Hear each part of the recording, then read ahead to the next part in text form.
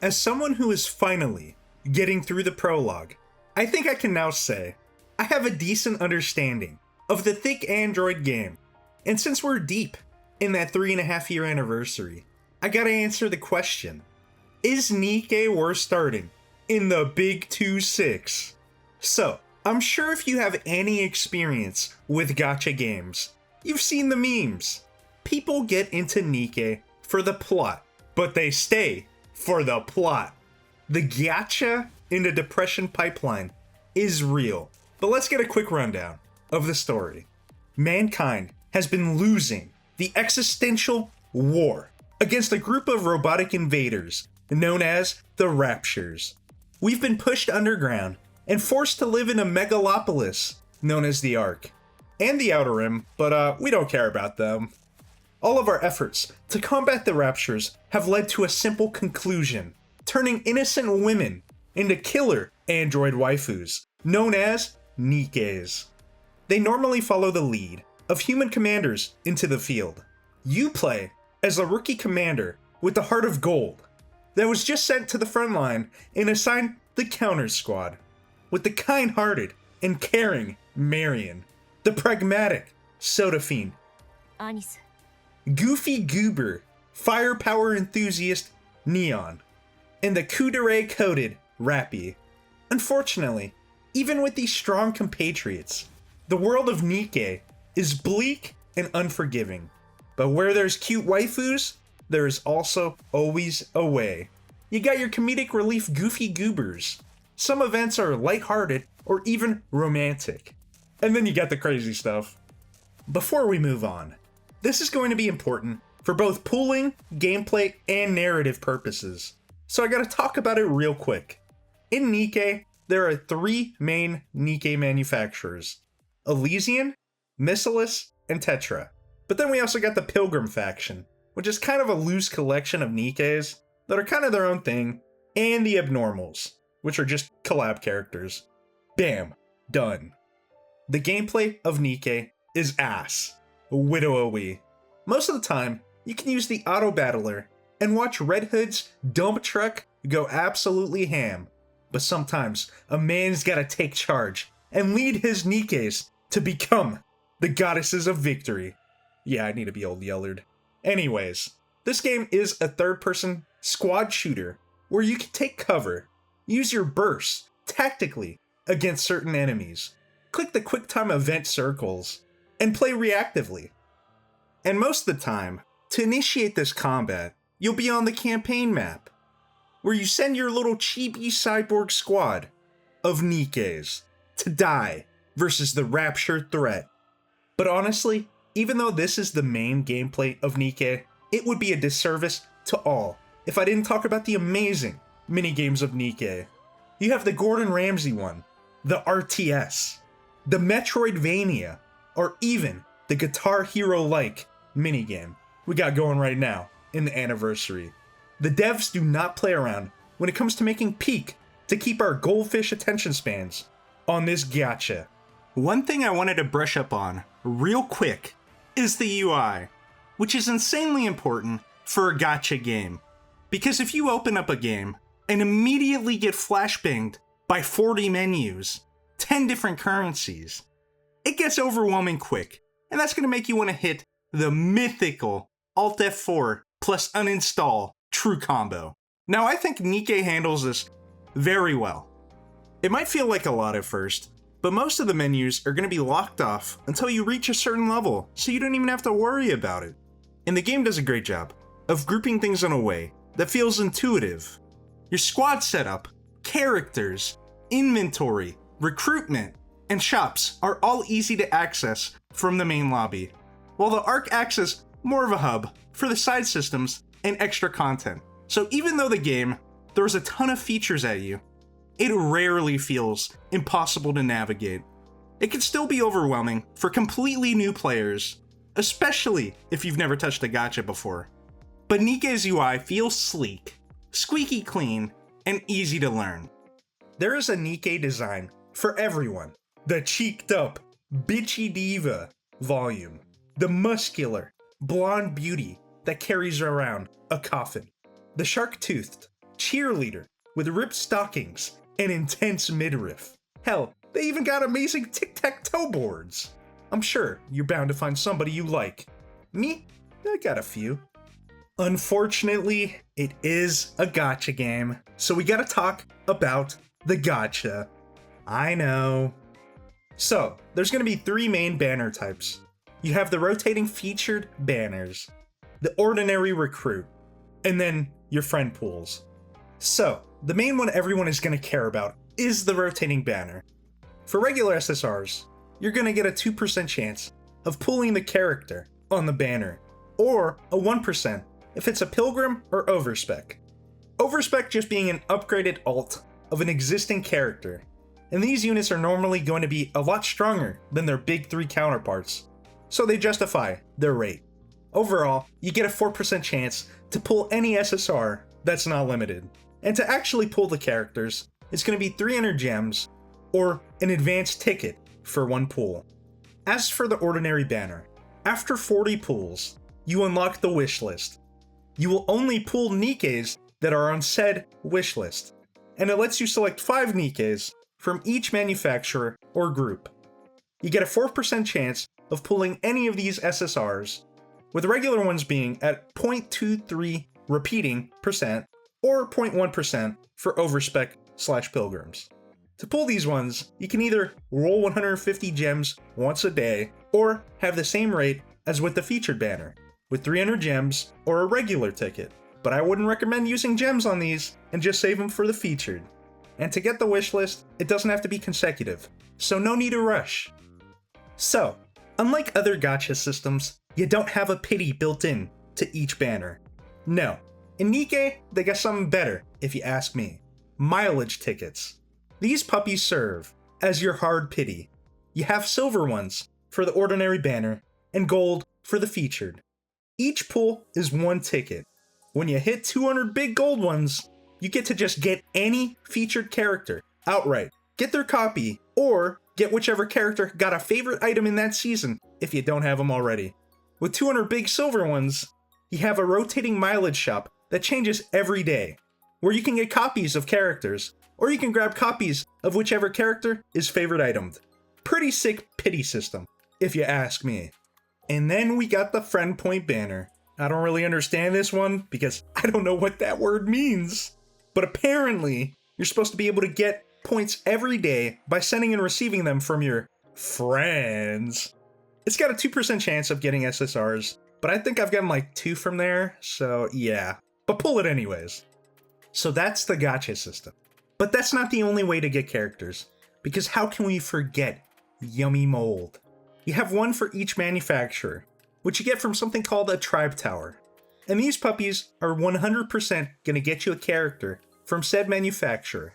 They didn't used to, but after we chimped out on the devs with the Chinese release, God bless our molds. You also got the purple ones, which have a 21% chance. They suck, nobody likes them, but they're free. And the gold ones, which have a 61% chance. They also stink, but what can you do? We also have the high quality access records, which you cop from the shop with points you get from pulls. And you can either get an SSR or you get mold. Yippee, more mold. But what about the new player experience?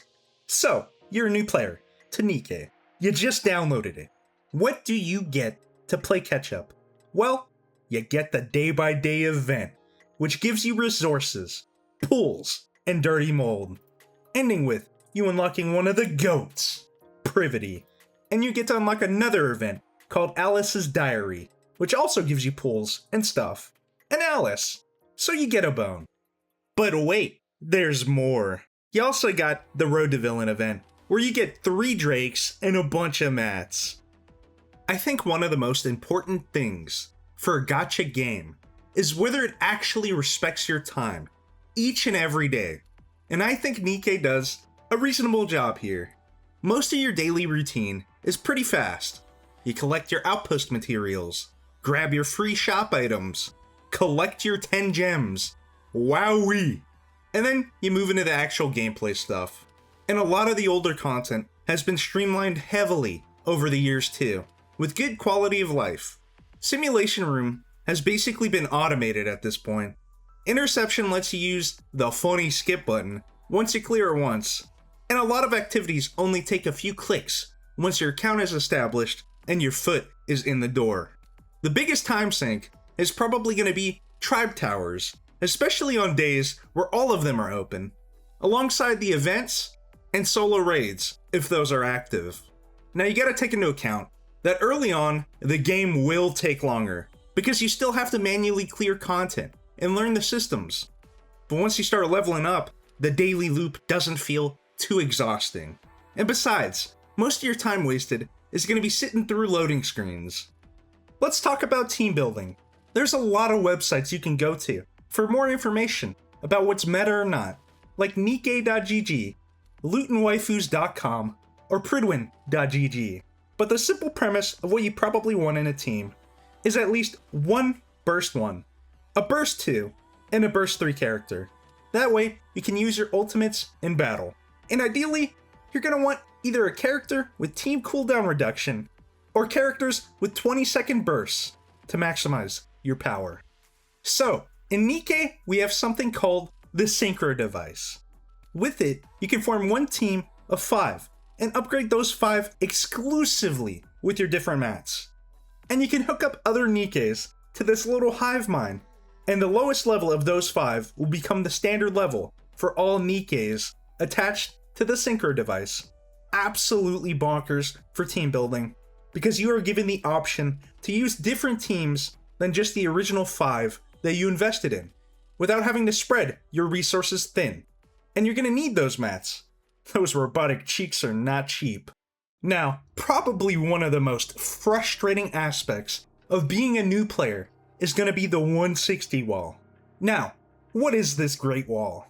Well, to get past level 160, you have to get max limit break for 5 different SSR characters. And it's gonna be a little stinky if you don't have the luck of the gods. Thankfully, with the anniversary, you will be guaranteed 1 3-star SSR character at the minimum with the selectors they give you. I want to say they also have a bonus recruitment option in the regular banner, which lets you choose from 5 characters after you hit a certain amount of pools. Now, I feel like of the 5, you're probably going to want at least 1 copy of Leader if you don't pull her. And then the most value to limit break would be Helm, but that's going to be a long-term investment until you get her favorite item. Or you could be an absolute Giga Chad and pick based off appearance. Also, don't stress it if you invested in your favorite character and leveled them up like crazy, but you never got them to MLB. You can actually reset their level and level up your MLB character instead, so you can pass the 160 wall faster. Now, let's say you did it. You finally beat the 160 wall. You level your 5 MLB NIKKEs to 200 and unlock the advanced Synchro device. From now on, you're going to be leveling up your Synchro device instead of your individual NIKKEs. You pay a large sum, but you will get fat dividends, because instead of the lowest level, now every NIKKE linked to it will be the same level. I cannot stress enough how amazing this is for team building. Something that is so frustrating in a lot of gacha games. Sure, you gotta unlock the slots in the Synchro device, but they made it to where it doesn't take time in between switching NIKKEs in and out. Absolutely glorious system that I will glaze until the ends of the earth. And I wish more gacha games adopted something similar. Unless you're Bill Gates, I wouldn't even entertain the idea of spending money for any resources. Maybe you can pay for pools or the monthly gem pass, but I'll be honest, I'm mainly going to focus on the skins.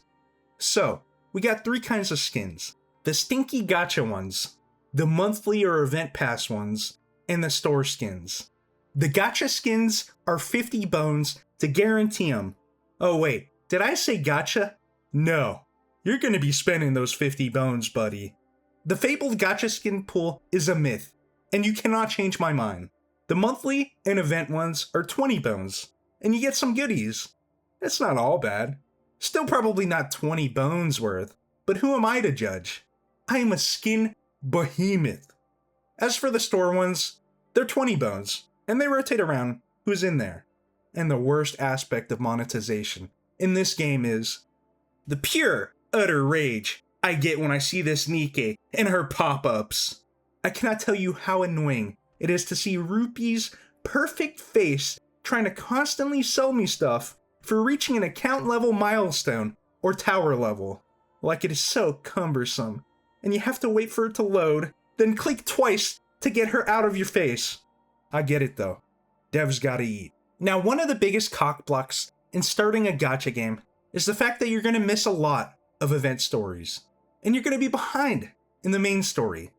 But in NIKKE, that problem is not that big.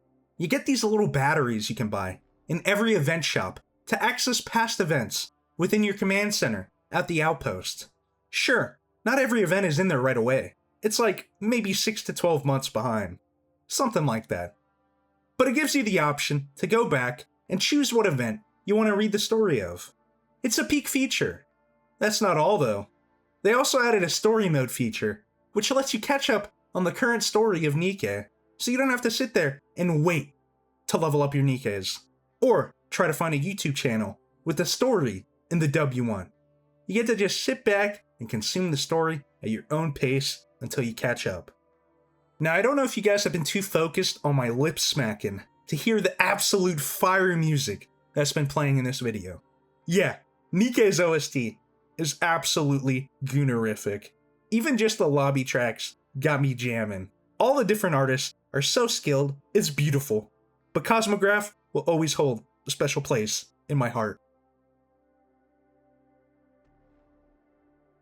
The loading screens in this game can be a little bit of a slog, but it is what it is. They've improved them. I'm also not a fan of the PvP, but that's just not NIKKE's fault. I feel like that's most gachas, where if you're not a turbo whale or day one, you'll never be top in the PvP. It's just the name of the monetization game, baby. I have my bias. I think NIKKE is worth starting in 2026 as a new player. The narrative and world are compelling. The character designs are amazing. The team building potential is ludicrous. The music is fantastic. The mini-games are entertaining. The events are almost always bangers. And the UI is easy and sleek. That being said, the main gameplay might not be for everyone. It's a little cheeks. The story might seem a bit too edgy or gritty for some. The daily loop might be a hassle or time investment. And it's a gacha game at the end of the day. The monetization is going to be a little bit predatory. So I understand that NIKKE is not for everyone, but I think it's worth giving a shot, and hopefully you won't be disappointed. I know I wasn't. Also, there's a lot to this game, so I'm sorry if I missed out on everything. Aight, peace out gang, Big AC clocking out. Until next time.